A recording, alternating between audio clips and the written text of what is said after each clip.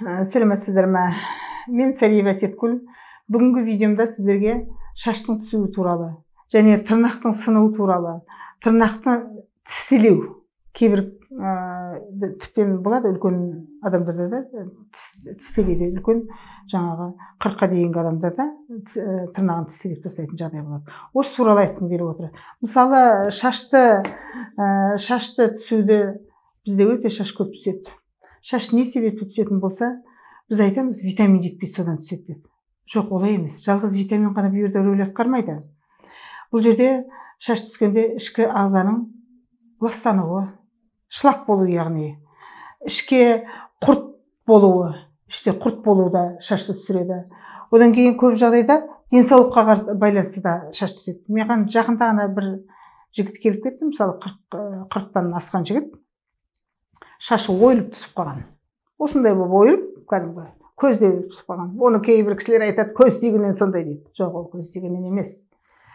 Көз тию де бар, бірақ мынау көбінесе жаңағы жігіт жас кезінде сары аурумен ауырған, яғни боткина дейміз ғой, сары аурумен ауырған жас кезінде. Ол жас кезінен кейін ешқандай жаңағы емделу көрмеген, емделіп көрмеген. Бауырды емдеу, өтті тазалау, асқазанды емдеу, ұйқы безін емдеу болмаған. Сондықтан бауыр клеткаларында кішкене өзгерістер пайда болған, өт жолдарында өзгерістер пайда болған, өт толып кеткен деген сияқты. Әрине асқазанның ішіндегі сөлдері ауырған, ұйқы безі ауырған. Солардың барлығынан мына қанның бұрынғы ұйықтап жатқан кәдімгі сары аурумен ауырған аурудың инфекциялары кішкене қозған. Мінекей, шашы ойылып түсу содан болған. Ол жігітті біз іші құрғысын тазалап, жүйке жүйесін әдемілеп, емдеп, тіптен барлық емімізді салдық. Тіптен қанын сұйылтатын жаңағы керемет емдерді жасадық. Тері шығару емін жасадық, от емін жасадық, неше түрлі жаңағы шөппен емдеуді жасадық. Соның барлығынан жігіт сондай әдемі болды. Бізге 8-ақ күн емделді. 8 күннің ішінде жаңағы шықпаған шаштың айналасынан майда-майда болып шаш шыға бастағаны көрінді. Мінекей, көрдіңіз бе? Сонда бізде тек қана витамин емес. Витамин енді ана организмде мына қан бұғанып кеткен жағдайда, ол бойдағы ішкен жегеніңді бойыңа усваивать етпейді дейді ғой, бойыңа сіңдірмейді, былайша айтқанда. Жаңағы ішкен жегеніңнің витаминін сіңдірмейді. Сондықтан іштегі қоқысты тазаласақ, қазақша айтқанда қоқыс деп айта берейік. Соны тазалап, қанды орнына келтіретін болса, организмнің мүшесін орнына келтіретін болса, онда біз адам организм қайттан жасарады, шаш та дұрыс болады, тырнақ та дұрыс болады. Ал енді тырнақ сынып жатса, біз көбінесе айтамыз, кальций жетпеді, содан сынды дейміз. Жоқ, олай емес. Кальций жетпегеннен де сынады рас. Ал бірақ ол жаңағы кәдімгі жейтін тамағымыз дұрыс болмады деген сөз. Біз адамның ағзасына кальций болып кіретін сүйекке керекті ферменттерді толық жемейміз, ішпейміз. Содан барып бізде жаңағы тырнақ сынатын болады. Оны да осы емдеп, барлық керекті, әсіресе ішті тазалау ең бірінші орында болу керек. Өйткені іштегі шлак сізге ішкен жеген тамағыңыздың нәрін сіңдірмейді. Содан пайда болады барлығы. Ал енді мына тырнақты тістелеу. Тырнақты тістелеу кішкентай балаларда көп болады. Ол неге болады дейтін болсақ, ол 2 қабат жүкті кезінде анасы көп ашуланған болса, зоб ауруымен ауырған болса, шаш зоб ауруынан да түседі айтқандай. Ұмытып бара жатыр екенмін. Зоб ауруынан да түседі.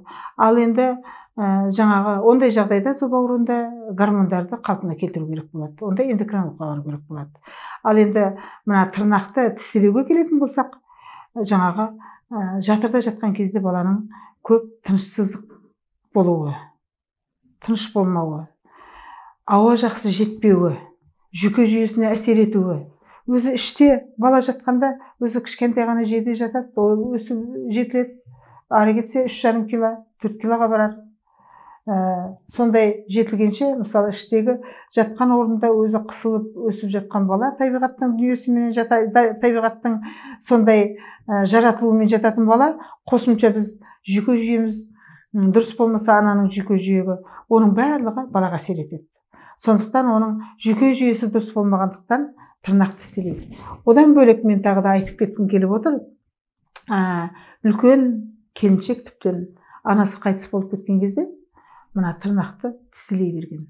Енді үлкен келіншек қой, ол тырнақты тістелеудің жаман әдет екенін білдім дейді. Содан кейін мен тырнақты тістемеуім керек, мұны шығаруым керек деп зорға өзімді өзім қойдырдым дейді.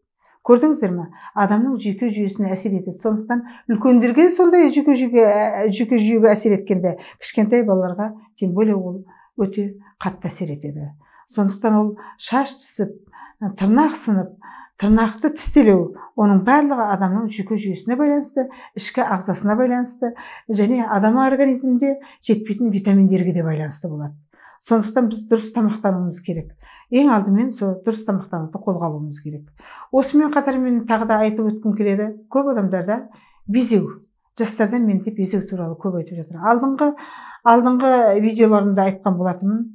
Безеу деген адамның жаңағы ішкі құрылысынан шығатын дүние. Рас, мына өскелең кезде переходной возраст дейміз ғой. Өскелең жігіт, өскелең қыз, мысалы етеккері келетін уақыт болады, гормондық ауысушылық болады. Ер балаларда да сондай гормонның жаңағы жетілуі, кішкентай жас гормоннан орта гормонға, одан үлкен гормонға өсетін уақыттар болады. Сондай кездерде де гормонның жаңағы өсетін кездерінде де жаңағы бетке безеу шығады. Өскелең балаларда ол көп кездеседі. Әрине сол кезде оған қосымша дұрыс тамақтану керек болады. Әсіресе біздің фастфудтарды көп жемеу керек.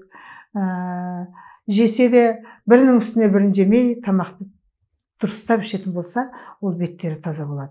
Соны сіздерге айтып кеткім келеді. Ал бұл туралы сіздердің тағы да қосымша сұрақтарыңыз болса, жазыңыздар, комментарияға жазыңыздар, WhatsApp-қа жазыңыздар, мен сіздерге жауап беремін. Және содан қалай шығу жолын айтып беретін боламын.